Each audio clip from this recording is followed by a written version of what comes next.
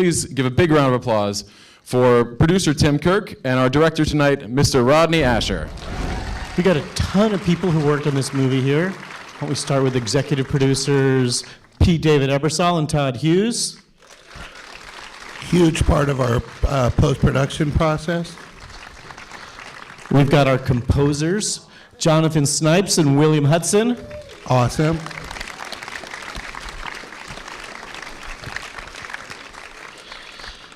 Our sound designer, Ian Hutson.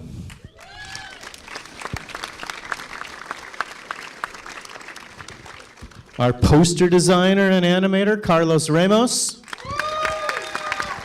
Carlos. Diana Williams.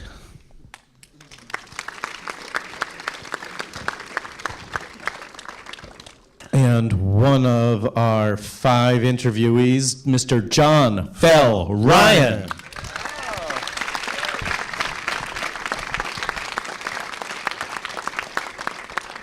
Have you personally, or did you consider for the film interviewing any actual people involved with the film? And has Jack Nicholson or anyone associated with film seen Room 237 that you know? Well, the answer to both of those is no.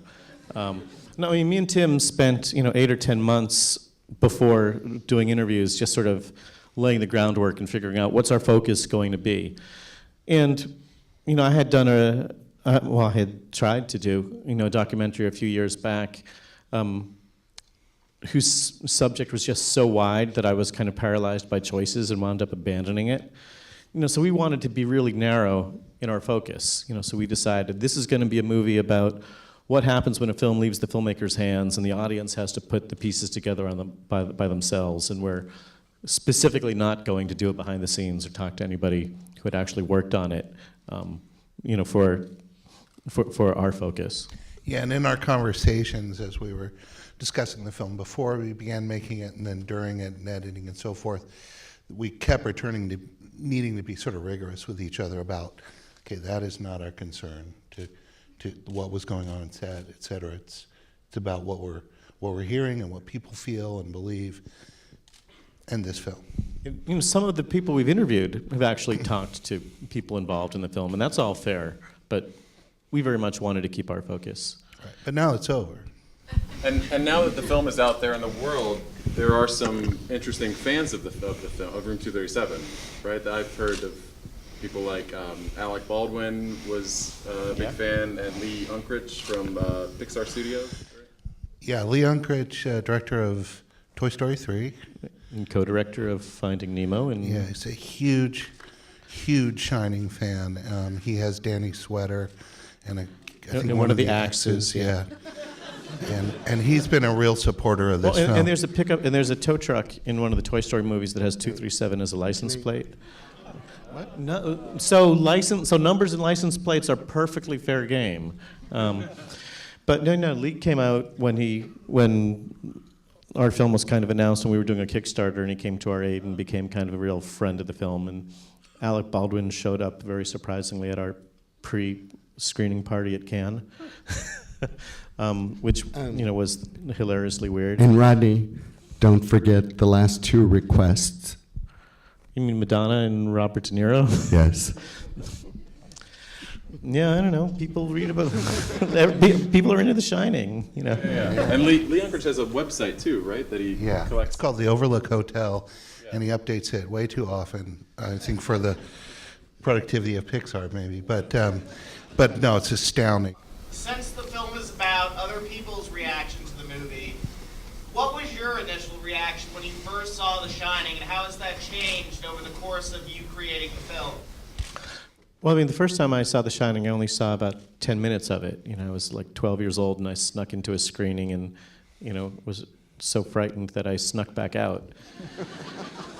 So over the 30-some years, that I've lived with the movie, it's changed an awful lot, And something me and Tim have talked a lot about is how, as we've aged, the movie's changed, As a kid, the movie, you watch the movie and clearly, Danny is your surrogate, but that changes as you have kids.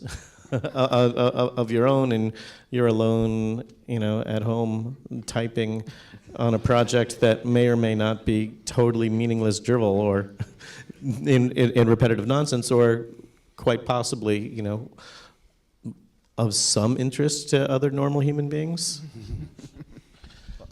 This is a bit of a cycle for me because I actually saw this film in a matinee at Grauman's next door with Mr. Hughes here when we were in high school. And I was puzzled, man. I just, when it ended, they threw the doors open and the sunlight streamed in and the shadows of people leaving were on the screen, and I thought the film was still going. Well, there is the sound of an audience getting up and leaving on the soundtrack of The Shining during the closing credits. So it wasn't totally insane. It wasn't totally insane. Yeah. Other than Goblin, what was the biggest influence on the score?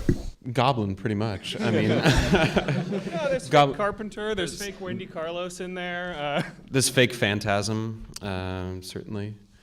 I don't know. We're really inspired by and excited by the horror film scores of the 70s and 80s, the sort of cheap, quickly made synthesizer scores of that time. And so we both in the sound and in the practice of making it, because of very practical concerns, we tried to sort of ape those scores as much as we could. Do you see yourself doing a project like this in the future? Like, could you maybe do a dissection of a film like Top Gun, for example? Well, I mean, it's all based on how much stuff is really out there. I know we joke that, and I don't think we're going to do this, but we joke that a follow-up might be just about the black and white photo at the very end of The Shining, which, bizarrely enough, there's been a lot of recent breakthroughs concerning.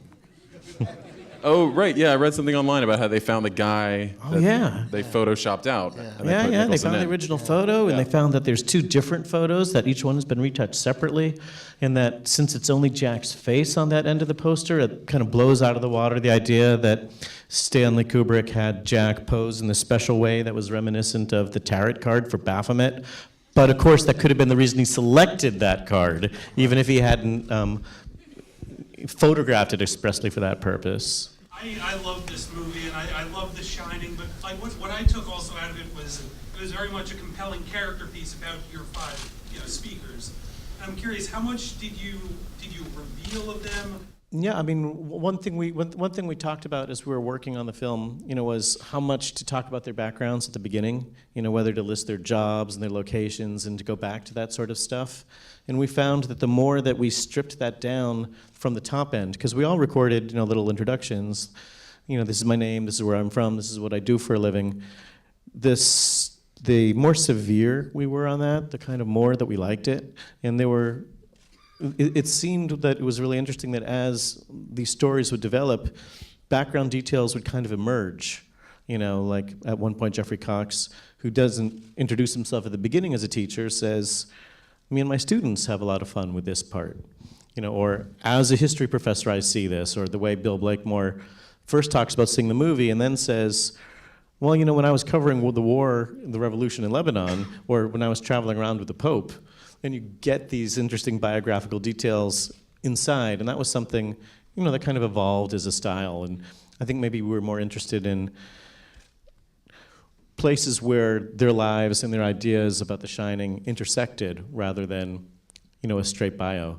But sure, we were very interested in, I got especially interested when these stories and things about The Shining would sort of reflect their lives and be bigger than just, these are the things in The Shining and these are what I think they mean. This is what it means to me. This is what I bring from it, from my personal history. Did you always decide that you weren't going to show the interview? Mostly this was always the plan. I mean, I had done a short, a year or two before that was audio only, and I liked the way that sort of put the movie more into the world of ideas than the nuts and bolts, mundane realities of offices and apartments and, hotel rooms and things. So we just recorded audio interviews, and I had sent off, digital audio recorders to people and talked to folks on the phone while we were doing the interviews, except for this one guy in Brooklyn who stole it and stopped answering phone calls and emails.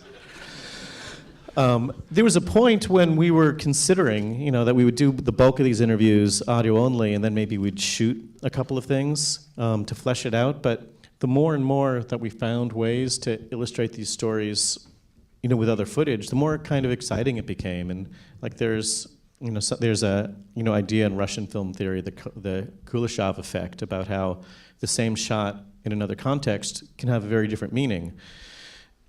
And at a certain point, it became kind of a game to see how far we could push that. When the answer was, we have not yet reached the limit. So yeah. And I think it works extremely well. And I think I read a reviewer said that the disembodied voices kind of feel themselves like ghosts, haunting in the halls of the hotel. Yeah, that's amazing, and I'm happy for people to think that. And maybe in the next interview, I'll pretend that was my idea all along.